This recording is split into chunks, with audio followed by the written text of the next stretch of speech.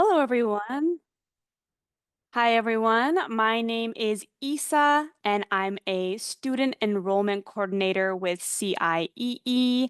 I'm located in New York, so I help out the New York and Long Island territories.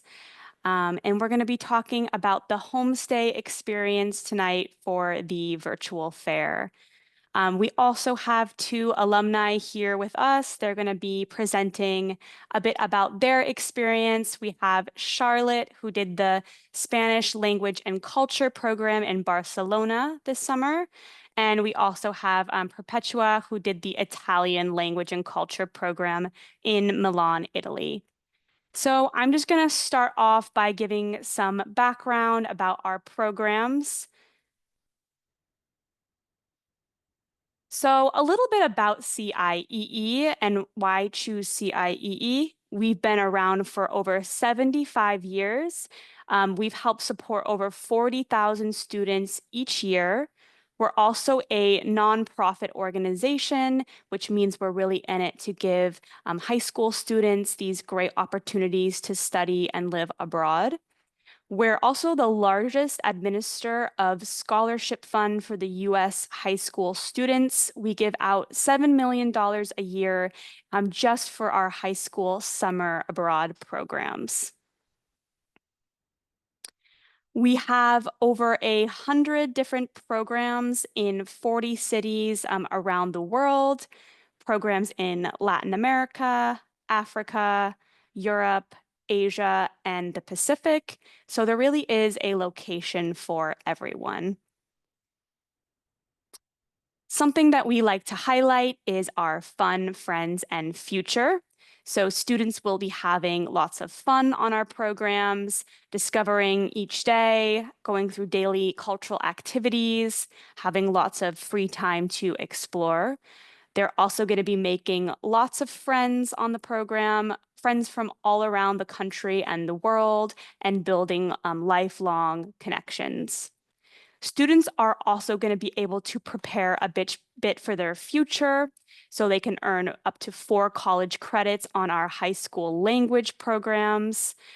Going on a program like this really stands out on college applications. Students are able to gain independence and really develop those life skills that are applicable for any career. So we have 4 different pathways of how students can study abroad.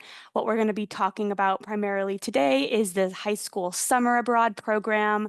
Both of our alumni completed a high school summer abroad program. We also have a semester abroad program in high school if your student wants to travel for a little bit longer. We also offer a gap year abroad, so in between high school and college, and also a first year of college abroad with CIEE as well. So going into our high school semester abroad program a bit, students would be placed in a local homestay for that program. They would follow classes at a local school or a CIEE study center in that city or country. For the high school semester program, students can opt into a trimester, semester, or an academic year program. There'll be group excursions and great ways to discover, the new city or town that the student will be living in. Our gap year programs. So for gap year, students can choose to do a language, internship, or travel program. They can select from 1 semester up to a year. And then the program cost includes housing, tuition, weekly cultural activities, and 2 group excursions per semester. Gap year programs are really great if students are interested in taking a break from their studies, want to explore a passion or a potential career path. Those are all great candidates for a gap year. We also have that first year of college abroad program as well. Students can earn 12 to 13 college credits on this program. It's also a 12-week semester or two 6-week block programs, so you can choose between those options. Tuition covers housing, on-site support, and academic tutoring on the program. And of course, student safety is a top priority. So going directly into the homestay and a little bit more about that. Each homestay and host family are all very carefully vetted by CIEE.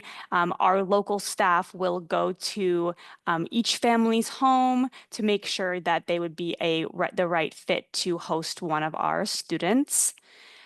Each family does go through a equivalent of a background check. So each family member that's over 18 years old will be given a background check if they live full time with the host. All of our families are very motivated by international exchange.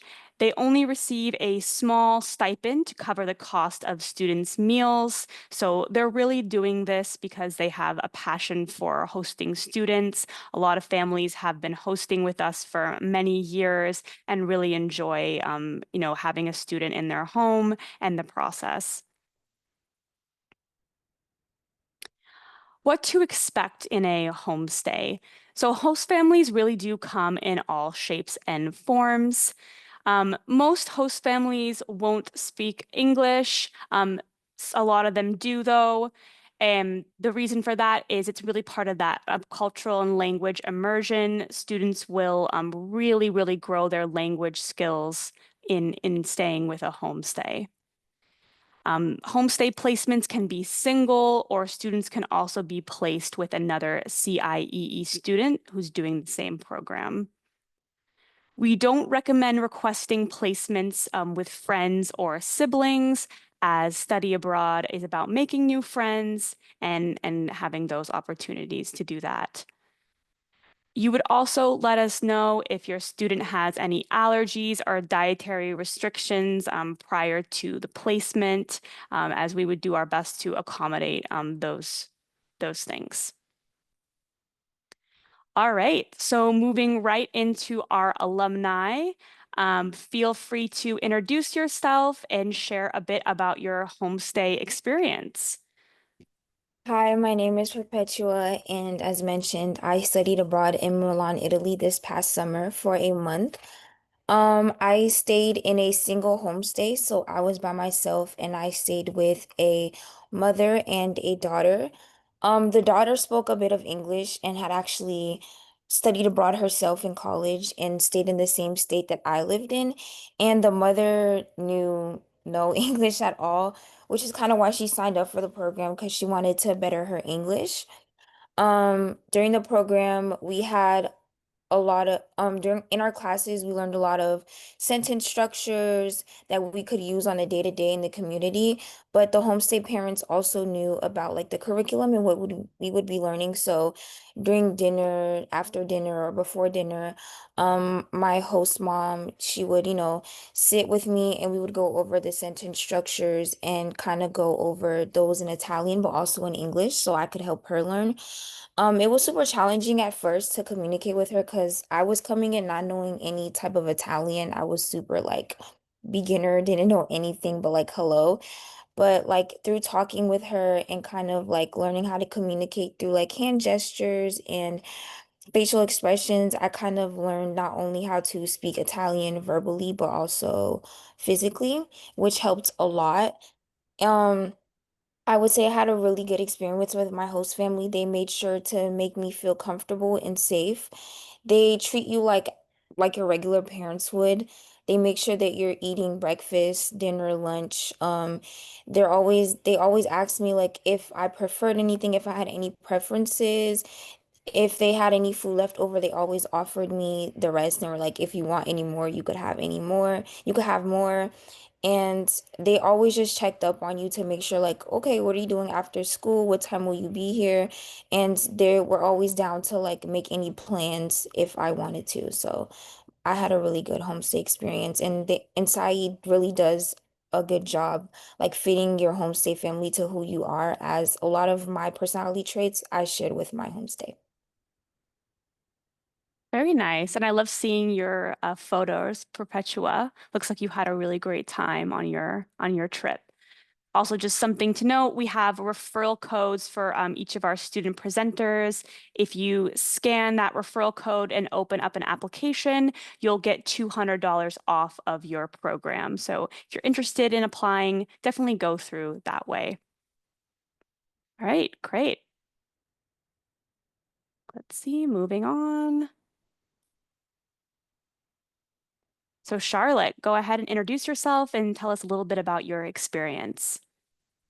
Hi, my name's Charlotte. I did the Spanish language and culture in Barcelona, and I actually have some photos on the next slide. Um, I was placed in a home with a single mom and another girl on the program. There was also a dog there, which I really appreciated. Um, and for me, this program really helped me with my listening skills. I have been doing um, Spanish in school since elementary school, and I know how to read and write very well, but my listening has always been, I've always struggled with listening. And I think being in a homestay and having to speak to my host mom in Spanish every single day because she also didn't know any English, I think that really helped me improve my listening skills and my speaking skills. I was obviously very worried that I wouldn't be able to communicate with her very well in Spanish, but it really helped me. I had my roommate knew a lot more Spanish than me. She was basically fluent, so that helped a lot. And you work out ways to communicate with your host parents, even if you don't know the language very well. I know that happened to me a lot of the time. I didn't know words, and we always figured something out. Um, I believe that the host parents also helped me a lot with I was very homesick the first week, and I think they really made me feel at home. And um, yeah, I think that being part of this homestay experience was really important to not only learning the language, but fully immersing yourself in the culture. And yeah, so Very nice. I see we also have Gianna on the call as well. Gianna, I'm going to go to your slides. Give me one moment. Is this you? No, it isn't. Okay. Let me know. There we are. There we are. Hi guys, my name's Jana. I also studied in Barcelona, Spain, and actually I kind of have a very similar story to Charlotte. I have been studying Spanish since elementary school as well, and I went there to kind of improve and like kind of get the language like down to a T, and I realized I had some strengths and weaknesses that kind of played towards my host family. My host family was they're down like the bottom middle. It was I had two roommates and then I had a mom and two boys. And I absolutely adored all of them. I contacted them pre session just to kind of introduce myself and kind of make things more comfortable when I originally got there. And I think that was really beneficial because we kind of all started off on the right foot. And I would talk to my host mom constantly, like day to day. I would stay up super late with her after dinner and talk to her about my classes and kind of where I went that day. We spent a lot of days at like the beach or kind of out eating lunch, like especially on the weekends, we would go out. There was one night where I helped her cook a recipe from my household and shared it with her and kind of helped translate that over so she got to keep it. And then another night, I watched Spain win the World Cup with the two younger boys, and I got to meet some of her family. I got to meet some of her brothers and her sisters and their father, and it was just a really amazing experience. And I think that being able to take advantage of it was awesome. And I still am connected with her almost 2 summers later, and I just talked with her the other weekend about kind of what's going on and what's going on for the holidays. Very nice. I have a question for you guys. Were you nervous to do a homestay before going on the program? Like, was it something that kind of made you feel nervous? And how did you end up kind of getting comfortable with it?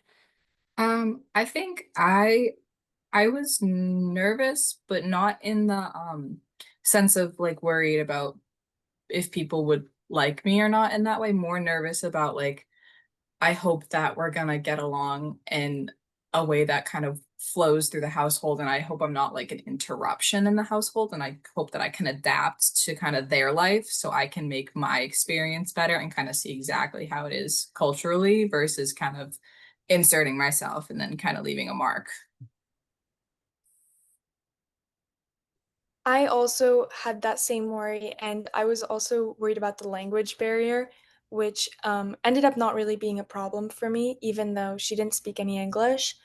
Um, and I think that it was obviously very scary at first, but you get used to it, and it was a really amazing experience.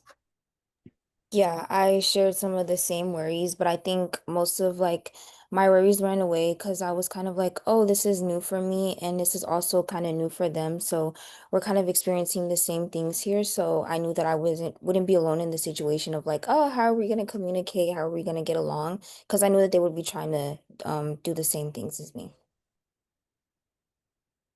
Yeah, very nice. Well, thank you so much to our alumni for sharing a bit about their experience. I know we also had another student who was going to present. I'll just show her slides. It was Flora, who went on the Spanish language and culture in Buenos Aires, Argentina. And here are some of her photos from her trip. All right, well, I think we can open it up to questions. If anyone has a question, feel free to um, ask it in the chat and then we can go over it.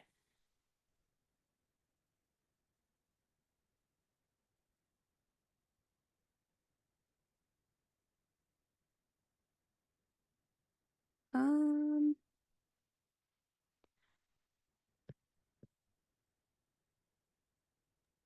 I see one at the Q&A about how do we feel getting back home, and I just wanted to comment on that because it was so I had the funniest experience getting back home. Um, I kid you not, for the first 2 or 3 weeks coming home, because all I spoke was Spanish. Like even with my friends, I tried to practice Spanish.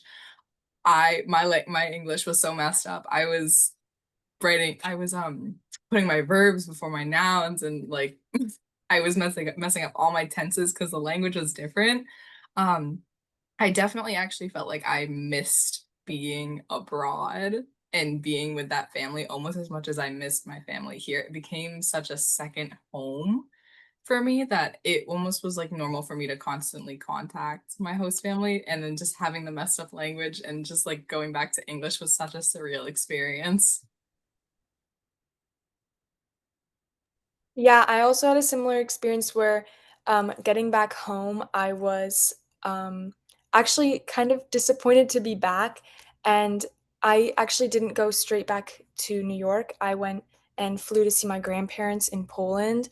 And I had a similar experience to Gianna where I completely forgot all my Polish and I was like so confused. It was really funny. But I was very sad to be leaving my host family and all my friends that I'd made, but it was an amazing experience.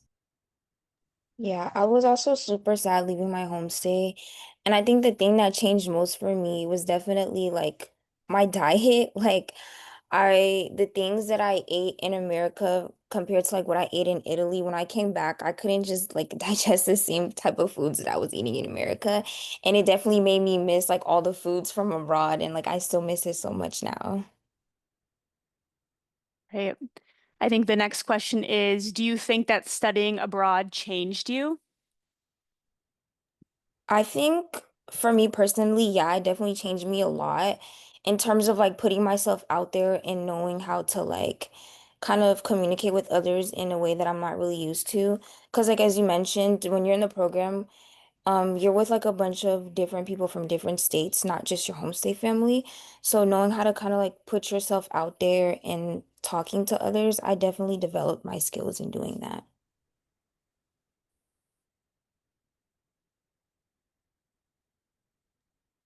And also sort of learning how to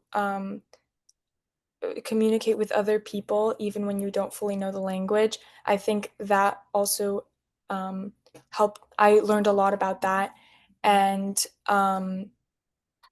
I made so many memories, and yeah.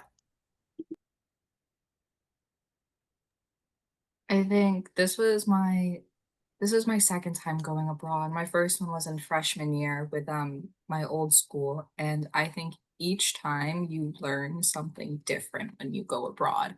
I With Spain, I was able to immerse myself for longer and for a bigger period of time. And I think no matter what corner I turned for which building or whatever class I sat in or audio tour I listened to, it genuinely slowly changes you and kind of makes you more globally aware of just kind of what is going on in the world and how big this world is. And being able to experience that multiple times is something I'm so grateful for. And it's something I will continue to do just because it's such an amazing experience.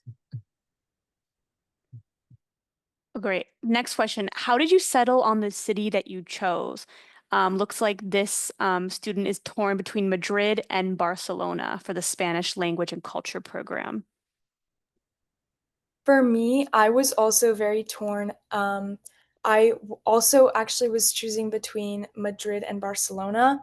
And the reason I landed on Barcelona, I thought I definitely wanted to be near a beach. And um, I I was doing a Spanish project in school actually, where we had to make an itinerary for a Spanish speaking country. And my teacher assigned me Barcelona.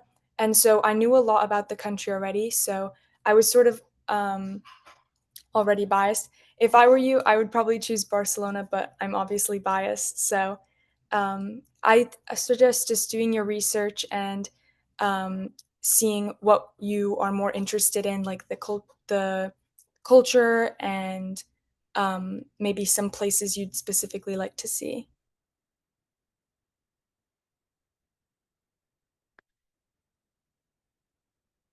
Next question. How safe is the program, specifically the homestay? How are you supported? I'd say it's very safe. I had a single mother and I never felt uncomfortable or anything like that. From what I've heard from other people who've been on the program and my friend who went to France, I think it genuine. You know that all the people who are becoming homestay parents are have thorough background checks, and I was always very confident in um, the CIE's ability to see these people and see how good they are. Yeah, they do a really good job checking backgrounds, but also like if there is a time where you do feel like maybe there's like some issue in your homestay or you're not feeling comfortable, you can always talk to whoever your program leaders are to get that situation like situated. Just communicate because they really do try their best to make sure that you're safe and comfortable during the program. Yeah, I knew a girl who actually, or I knew a guy who actually changed his homestay mid-trip because they just kind of weren't bonding right and it wasn't working out. And CIE was on top of that so quickly. Like they were out, I would say not even 48 hours later. They were in a new homestay that was already like that was vetted. They had them ready and then they moved in and they were fine for the rest of the trip and they kept checking up on them and making sure that is this okay? Are you comfortable here? All of it. Like they were on top of it. Yeah. And just to say, students will have program leaders with them on the program. It's a ratio of 12 students to one program leader. They're high school teachers that we hire to facilitate these programs, and they're there to support the students. If they have any problems or concerns, they go directly to their program leader, who will then take the next steps to resolve it. So just some context there. Let's see, next question. How do students get to their host family? So maybe you guys could talk about the commute. Um, So um, I remember on the first day, your host everyone kind of meets up at like a hotel. From my program, that's what we did. We all met up at like a hotel. And then our host family parents came and they picked us up and they kind of showed us the routes that we would need to take to get to where they stay. And then they also show you the commute from like there to wherever your program center is as well. Yeah, I my transportation methods. I had actually an app that our CIE, one of them, the program leaders gave us day one or day two of the trip, which I use religiously throughout the entire rest of it. My homestay walked us to CIE the first day. We went on the metro, and that was my best friend throughout the entire time. And then having the app coupled with it helped me get through the streets, and then also timing out buses and transportations on kind of when I should be back and arrival times, and it really worked even if I was off Wi-Fi. So I really relied on that. Great. Let's see.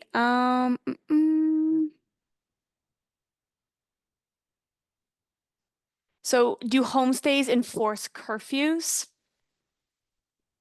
I think it depends on the homestay. In my experience, yes, she did, but I know a few of my friends, if they got home 15, 20 minutes late, they wouldn't let your program leader know and they'd sort of be more lenient. But for the most part, yeah, I think in my experience, they did. Yeah, each program does have a curfew. It really depends on the program. If students are in a city or in a smaller town, it depends on the country a lot of times, but students will have a curfew that they're expected to be back in the homestay by. Let's see. I think we answered this. What happens if you don't like your host family? You would talk with a program leader. Public transportation, we went over that. Mm-mm. So someone's asking, what were fun trips you went to in Milan, Gianna? I wasn't the Like, Milan trip. you weren't? Oh, so sorry about that. No worries. Okay, never mind. Let's I I was see. was, I Perpetua. can't answer that question. Yeah. Sorry, Yeah, Perpetua, I can't. you were. Go ahead. Sorry about Um, that. so the program, in my program, we had trips to Monza where the F1 circuit is, and then we did a day trip to there, and then we also did like a 2-day trip to Venice. And then your homestay families can also plan trips to places like Lake Garda as well as I'm forgetting the name of Lake Como. Yeah. So those are some of like the common places that students' families would take them, but also the program has some built-in places that you can go to. Very nice. Was it helpful also being with other people from the program, or do you feel that it negatively impacted your immersion experience? I think it was helpful being with other people from the program because while you still were able to speak in Spanish, you also knew that there were people who were in the same situation as you. If you were um, homesick or scared, there was always somebody who was also feeling that way. So for me, it made me feel a lot more seen and more comfortable in the environment. I don't think it really took away from how much Spanish I learned because a lot of the Spanish I was learning was either in class or at the homestay. So I don't think it negatively impacted me at all. Okay. I think that being with other CIE students is both a curse and a blessing. It's a blessing in the sense of you have other people who you are able to hang out with, meet people all across the country, but also if you don't have a certain level of self-discipline, you may feel that you can slack off on learning the language and kind of getting away with, oh, I don't need to speak Spanish or I don't need to speak Italian because I'm with my friends, I'm not with my host family. And just kind of being able to be like, no, I should practice. It makes the experience just gives it one step further than what it would be if you were speaking that English along with it. I definitely agree with it being a curse and a blessing because everyone is trying to like immerse and get the full experience. So everyone's always down to go on adventures. But then like with the self-discipline part, there are people who don't have self-discipline. Like everyone's coming from different backgrounds. So certain people are used to doing certain things, following certain rules, not following certain rules. And like sometimes you have to be the one to kind of like enforce your own things because people will try to like push you to do things that maybe you don't want to do. If you know you're going to be late for your curfew and someone's asking you to do something that might make you late for your curfew, don't do it. You just have to have that self-discipline because like no one else is going to have it for you. And other kids will like probably try to like get you to do things maybe that you don't want to do. Mhm. Could you guys call family? And did you want to at all? That's one question. I I was able to call family. CIE does recommend that they don't say don't call your family, but they also say it's good to maybe, talk less so you can immerse yourself, like especially with the phone calls and stuff like that. I still talked with my mom nightly, because I did a lot of like stuff throughout the day that revolved around Spanish. I still talk with my mom nightly, and I would catch up and be like, hey, look, and even if I wasn't able to call because it was super late night and I had a lot of homework, I'd send her photos throughout the day of just kind of where I've been and what I was doing just to keep that contact because we were 6 hours ahead, which is a really big time jump. So sometimes it didn't always work for her on in our schedule back home and like with my sister. So there was one time my sister called me at 2 in the morning, and so obviously there is a different time zone. But I would say being able to send the photos and the text messages, that was a big advantage. And I definitely tried to get on the phone with her at least a couple times a week. I know for me, I wanted to call my parents a lot the first week because I was feeling homesick. But after that, I like found a group of friends and I was really happy. And honestly, I did not really want to call my parents. I still did about once a week, but yeah. So you can definitely call your parents, but I didn't really feel the need to. Did you guys have time for sports? I would like to do study abroad if I could wake up early in the morning to run. I'm on Um, oh, oh, go ahead. I'm on my school's cross country team, and I did find time. I was right next to the beach. My homestay was right next to the beach. So it was actually really nice. I ran before classes or on the weekends, 2 to 3 times a week. So definitely there is time. You just would have to get up a little bit earlier, but it's so worth it.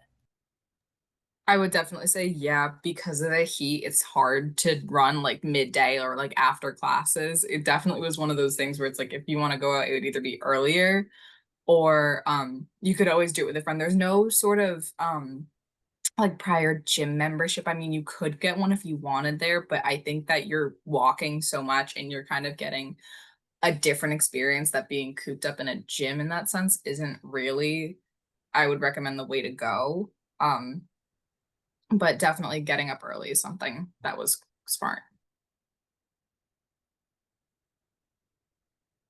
All right. I know you guys kind of answered this one, but how has studying abroad changed your perspective on culture and language? What changes did you notice your cultural understanding after you left the program? So maybe coming back to the US, differences.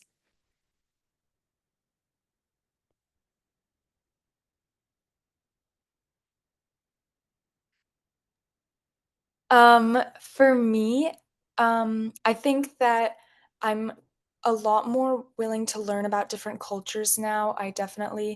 Um, I'm a lot more interested. It actually changed on specifically for Barcelona.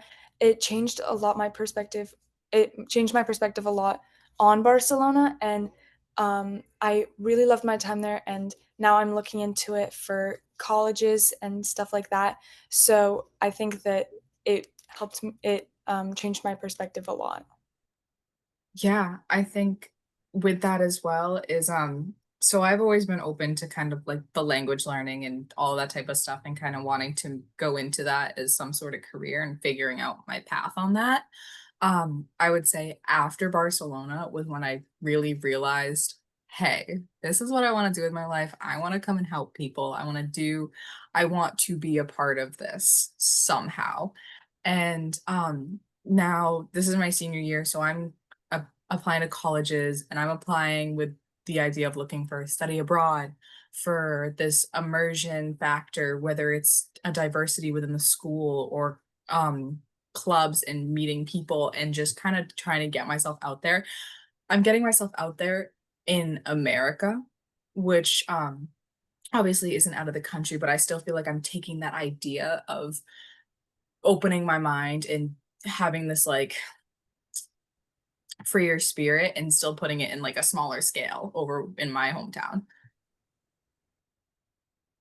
For me, how it changed my perspective on culture and language really for me had to do more with like a race thing.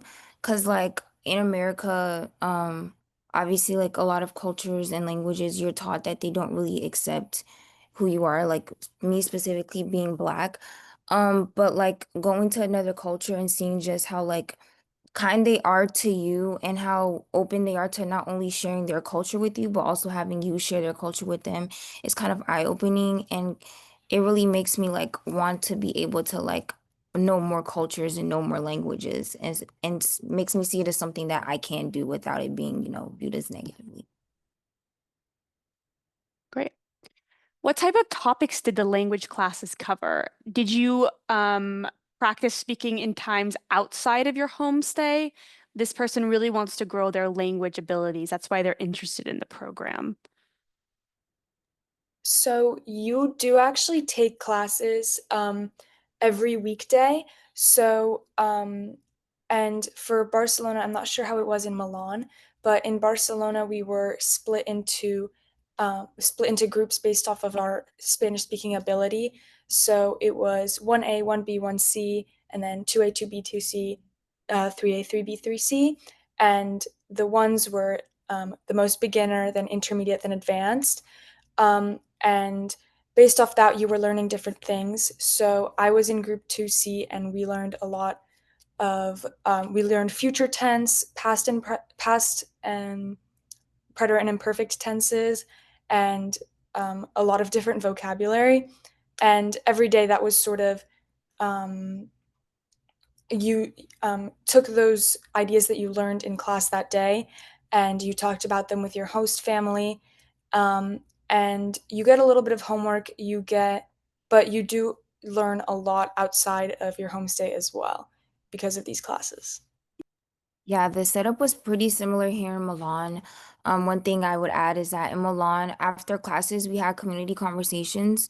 So we would take like whatever sentences or like words we had during class that day, and then after school, we would go around to whatever shops were in the neighborhood or wherever shops we were going to after. We for our free time, and we would go and we would like record ourselves practicing the sentences with maybe a shop owner or somebody on the street who was like willing to talk to us. Yeah, my just like kind of the Spanish, but mine was a lot I talked about it a little bit in someone's answered question, but I said that mine was a lot focused on kind of the arts. Um Music, regular art, like one time we went to the Picasso Museum and then we brought that back to class and talked about it. Just the ideas and kind of the themes from that. We talked about some of the churches there and just like landmarks and getting to know the city one week.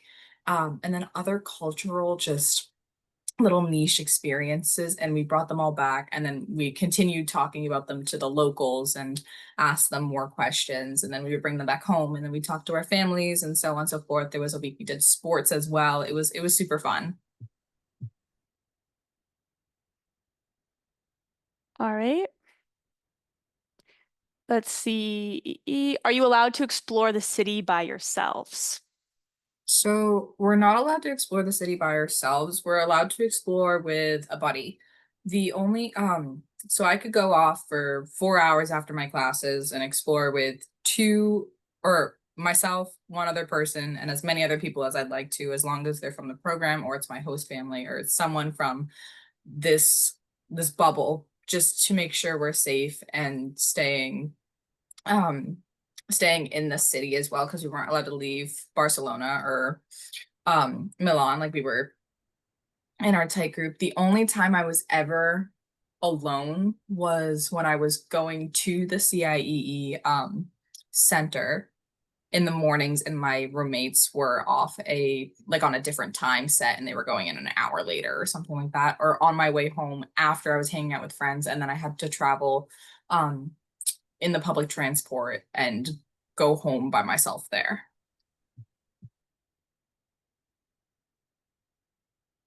Great. Let's see. Mm-mm.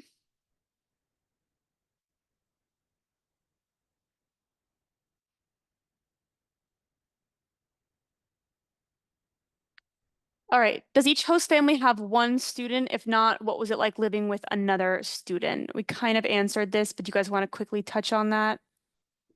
So, I had um, a roommate also in the program, and I think that helped me a lot.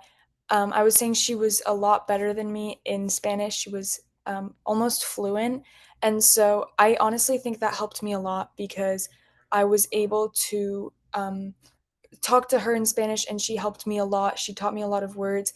Um, and it was made it easier for us to communicate to my host mom as well. Um, and yeah, so um, there can be multiple people from the program in your homestay. Yeah, so I lived with two roommates. One of them was from New York, the other was from California. I was so dearly close with the girl from California. I still am. I still talk to her. I kind of butt heads with the girl from New York. Uh, I actually saw it as a challenge and a way to, and I thought to myself, well, this is prepping me for college and how I might get along with some people and how I might not get along with some people. And you know what? That's okay because we're living together and we have to adapt to one another. And I think having that super positive and not so getting along with bubble on the other side, it actually kind of made my experience better, or I guess more fun, because it kind of became a way to maneuver around this dynamic that we had in the household and getting our work done and still having to talk to each other because we lived with each other for a month, so we had to figure things out.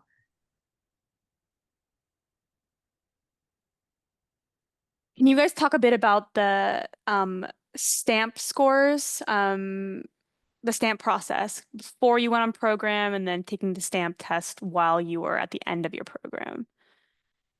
So I actually did better on my stamp test pre-program. That was mostly because I'm not a good test taker, and when I had taken it for the beginning of the program, I was in like a silent room with headphones on, really focused and just kind of ready. And then while I was at the CIE location, it was a very tiny location, so there was like 40 of us just spaced out in like 50 feet. And when we got to the speaking portion, it didn't go as great as I would have liked, but I still had the scores from before, which helped me. But it's definitely something to be mentally prepared for if you're gonna do it for the both the beginning or the pre and the post one.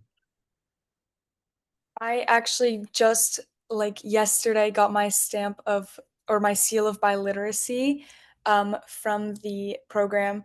So I did do a little bit better on my second test, but I do agree with Gianna. The post test was a lot more difficult because you were in this room with a lot of people. Um, but yeah, it's a reading, a writing, a listening, and a speaking portion. And the whole test, I think, took about 2 or 3 hours, maybe less. It depends on how fast you do it. But yeah. Yeah, someone's asking what are the stamp tests? So it's for all of our language and culture programs. Students will take a test before they go onto the program. It evaluates their language level so we can place them in the correct class. We have 1, 2, and 3 levels. We also have an honors program as well. But students will take the stamp test before they go on to program, and then they also take it at the end of their program to see how much they grew in their language level. All right. How far were your schools from the living? How far away was your commute? We're going back to the commute question. Was it a hard commute or was it something that you were able to get the hang of pretty quickly? So my commute was about 30 to 35 minutes. I want to say probably 30 with the metro. So it was a decent ways away. There was again kind of with the commuting, our metro station, we had one 20 feet outside of the apartment that I lived in, and it got shut down for the last week and a half for repairs. So we had to, our roommates and I had to walk to the next station down, which was a good 15-minute walk to the next kind of station. And so that tacked on in our mornings and just kind of having to navigate that. And the 15 minutes was walking. We had a tram, which was like the above metro. And sometimes if we were able to catch that in time, we would get there a little bit earlier. But the public transport, I took note of that after my first day. I was like, okay, how long does it take to go from with Hema, who is my host mom? How long does it take to go with Hema to get to the CIEE? And which way to go? Which way is the most convenient? Is it bus? Is it metro? Is it walking if I'm that close? Because some people were that close. And just, but for us, for me, it was 30 minutes. It was also 30 minutes for me. And Gianna, you can correct me if I'm wrong, but I'm pretty sure that is a little bit on the longer side. I was sort of like on the outskirts of the city by the beach, and the center was right in the center of the city. So I had a 30-minute commute, but it was not hard at all. And you get the hang of it really quickly. So. Yeah, I was right by the beach too, so it was it was very it was I was probably a 10-minute walk to the beach. I was closer there than I was to the program. My commute was pretty short. I lived like a 20-minute subway ride from the center, so it wasn't too challenging. I only had to get on one metro and I was all set. But I had friends on the program who lived like hours away, like they lived in the suburbs of Milan, so they had to take like trams, metro, and all that. And then sometimes the metros they get shut down, so it can make your commute a bit longer. But as long as you communicate with your program leaders, they can find a way to like get you to there. All right. Did anyone opt into the chaperone flight or do you guys want to kind of talk about transportation, how you got to the program? Yeah, go ahead. Yeah. So my mom was actually worried for me about kind of how I was going to get there. She's like, "Oh my God, I wonder what's going to happen if you miss a flight." Or she's like, "I think the chaperone's going to be better."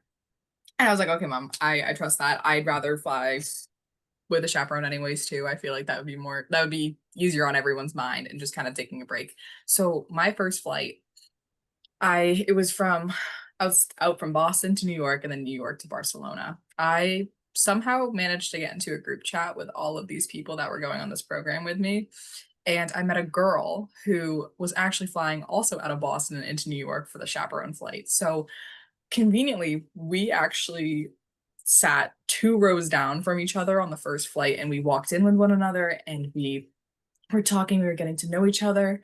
And so that kind of lessened my worries being able to go in with her on the same flight, like walking in through security, stuff like that. And then when I actually hit New York, I found my chaperone flight, and there was probably 30 kids there with the CIEE shirts. We had 2 chaperones, and it was an amazing experience because you're meeting all these people before the trip even starts. And I was sitting there, I was playing Uno with some of them because someone brought a deck of cards. It was it was so funny. We went out to lunch with a couple of them, and I found out there's some people from my school on the same program.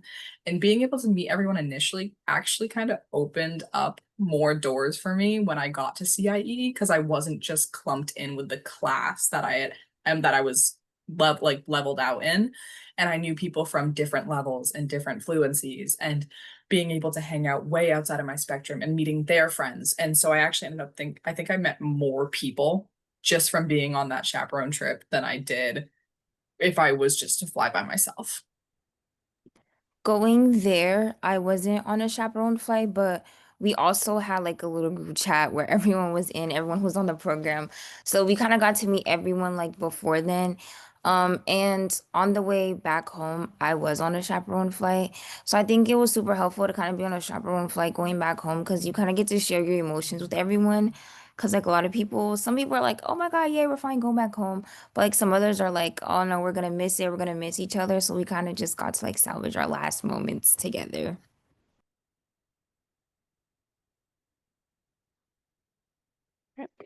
Also, alumni, if there's any questions here on the list that you really want to answer, feel free to go ahead and answer that. Let's see. Here's an interesting one. How did you navigate conflicting social norms with host family and or community? I think that is actually quite difficult because for my family, they were very set in their ways, I would say.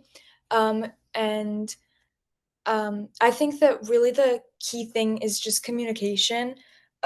She had lots of host kids before me, and so she wasn't afraid to like speak out, which I actually really appreciated because there were a lot of things that I didn't know.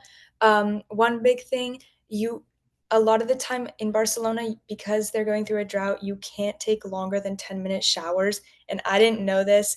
And so my first shower, I took so long, and then afterwards she was like, "Hey, so you can't do that. Like it's generally accepted that you're supposed to take 10 minutes or less showers."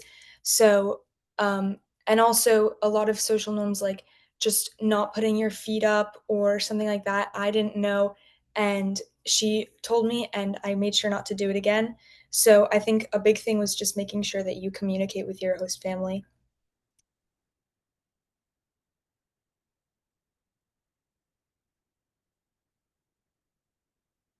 All right. Here's another one. Just in general, this student or parent would like to know if you guys felt safe with your host family and walking around the city, things like that. I always felt safe walking around the city, especially because you're not out past 9:30. So most of the time it is light when you're outside. So that's a big thing. And also, you're always going to be with a group of people, with your friends. Pretty much the only time you're alone, like Gianna was saying, is when you're commuting to and from your homestay. But I always felt safe. I loved my host mom. I thought she was amazing, and I always felt safe during the program. I felt safe for, I would say, all but one moment in my program. Um, which was a complete like it had nothing to do with the program, nothing. It was a completely like circumstantial, just my luck type of thing. The metro had shut down that day on the way home, so I ended up getting home late, past curfew after talking with my host family, and I was walking alone in the dark. It was definitely a surreal experience. I didn't feel like terrified out of my mind, but I definitely felt, oh, I'm a girl. I definitely see why they don't keep us out past 9:30. I walked, obviously, it was very light still with the street lights, and I tried to stay towards these public settings with lots of shops because in Barcelona, everything's open so late. So kind of that was kind of an advantage on my end because if worst case scenario, I could have run in somewhere and people were there. Like I could have been helped. But I was talking with my host family the entire way home, and I was like, oh my goodness, the metro is not working, and I missed the tram. And she was like, okay, send me your location. And then I sent it to a couple of my friends too. So they all had tabs on me. Obviously, my program leader already had my location. And even with that experience, I still think I felt so safe walking those streets. And whether it was with a friend on my way home, even on the metro, which public transportation can sometimes be tricky, especially with people, asking for money or food or something like that. Even in other cultures, and other languages, the same thing's still happening. Even with that, I still felt comfortable as like the person next to me, staying on those public transportations, going home alone back to the host family.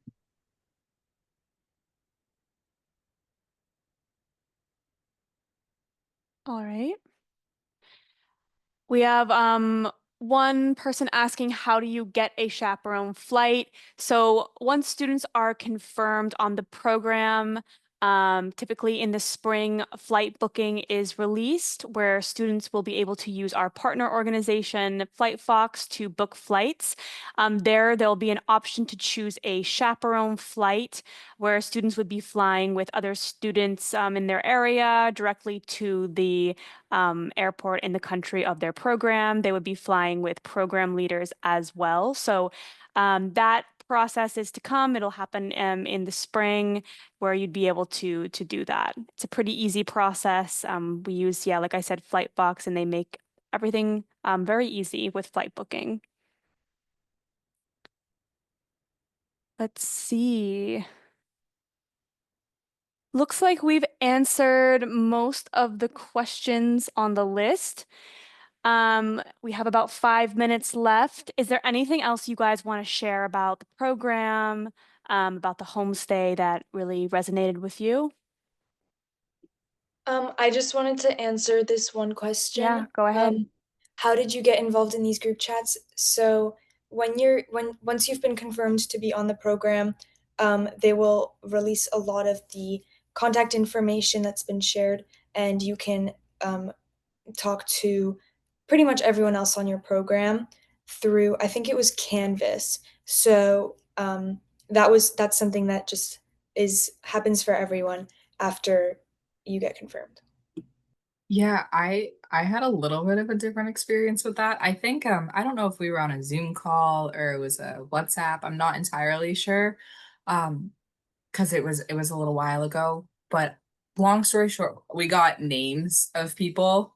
Um so I actually ended up going on Snapchat and I started adding people who I knew were on the program and I saw their names and I made a group chat and I think we got about 70 kids out of maybe the 100 or so that were on the program and it was an experience and you could see all the names and people were adding other people that they knew that were on the program. We got up to 80 by the time we left for the flight and then we were over 80 by the time we left because it was just a giant group chat. And obviously there was the option the Canva, but I think because we had all started on Snapchat, we just stayed there. And because it's international, you don't have to pay for the text messages or anything like that. It was definitely a way for us to use information and find like people. I also know that on Instagram they do like a Sai members of like that year. So like everyone from every program can kind of post and like if you go through the post and find who's on your program, you can like follow them. And if you follow the right person, you can get added to a group chat and like other people will start following you back if you Yeah. also send posts. Yeah, this is a good question. Did you get to talk or communicate with your host family before going on the program? Yeah, so we had the option of kind of talking to them. We were given their information in an email through CIE saying, this is your host family, this is their address, this is their WhatsApp, and just kind of a little background about them and kind of debriefing who you're living with, what's the situation like, stuff like that, where you were going to be meeting. Um, and so some people that I knew took the initiative and they reached out to their host family. Other people didn't. I recommend doing that. I did. I think it was a good icebreaker. Just saying, hey, my name's Jonna. I'm one of your what do you call it? I'm one of like the students that's going to be living in your house. It's so nice to meet you. Thank you for inviting me in your home.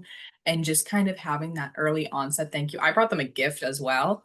But having that early onset, like text message. It doesn't even have to be a phone call, just even a text message just saying, "Hey, I exist and I'm on my way." Was I think a really good thing to get both of us excited. Yeah, I definitely recommend doing that. And for me, I called my homestay family as well. And they were actually hosting a student from the previous session. So I kind of got to talk to the previous student that they had in their home and be like, how are they as a family? Like, how do they treat you? And kind of just get like that background as well. Yeah. All right. All right. Well, thank you so much to our alumni. You guys did a great job. It was really nice to hear all the answers and the advice you're giving to parents and students who are interested in the program. Before we go, these are just some dates to look out for. We're currently accepting applications for all scholarship or just direct enroll programs. keep in mind that we have a December 1st early decision deadline. So this just puts students in an early decision. They're going to hear back about if they got into the program quicker. So definitely try to apply by December 1st. And you would also be entered into a free flight raffle where students will be entered to win free flights to and from the country of their program. And then otherwise, the final scholarship deadline is January 21st. And you would hear back from us in February with the scholarship award and announcement. So just some dates to look out for. Yeah. Thank you so much, everyone, for being a part of this and for listening to our alumni. If you have any questions, you can always go to our website at ciee.org or give us a call. I will put our phone number in the chat. But otherwise, thank you so much and have a great rest of your night. Bye, guys. Bye-bye.